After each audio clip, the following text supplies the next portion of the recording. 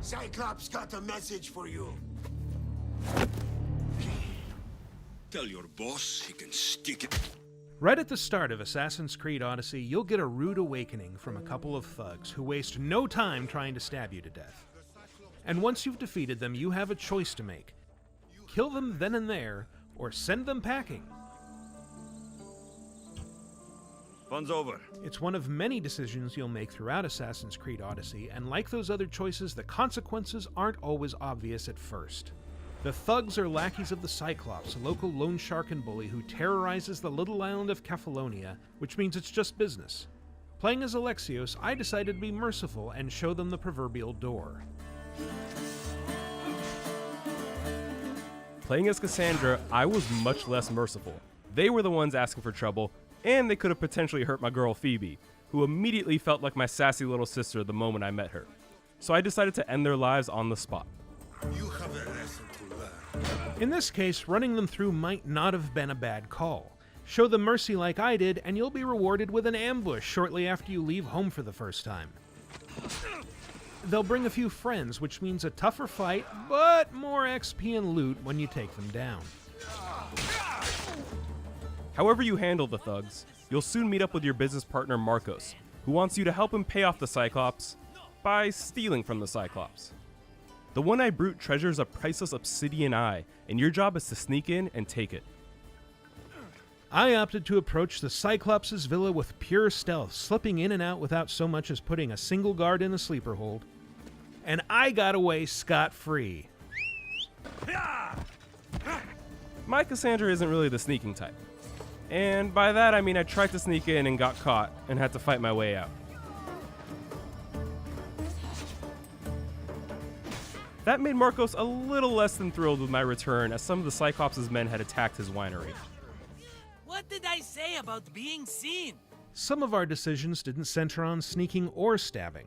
One of the early side missions tasks you with investigating a cave where statues of the gods demand offerings from villagers and give nothing in return. Someone dropped offerings here. A quick investigation reveals a cave used by bandits to take advantage of the faithful. Once the swindlers are dead, you could leave the cave through a convenient back passage, but by retracing your steps to the entrance, you might discover something you otherwise would have missed. All I can offer you is devotion, but I need your help. While I was tempted to play the role of Hermes and tell this woman what she wanted to hear, I didn't want her to believe that all her problems could be solved so easily. Plus, I really enjoyed the awkward silences. Meanwhile, I perpetuated the fraud, but with better intentions than the bandits.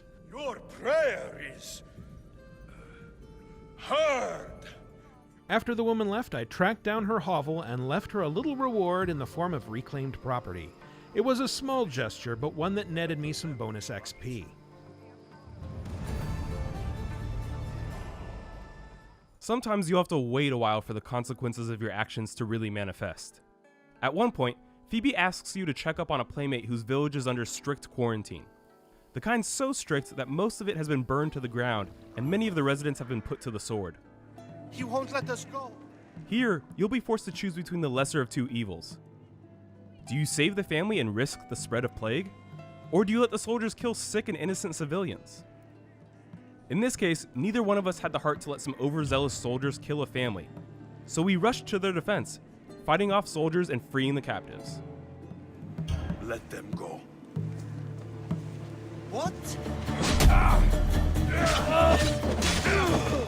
We're well enough to travel, but need healing.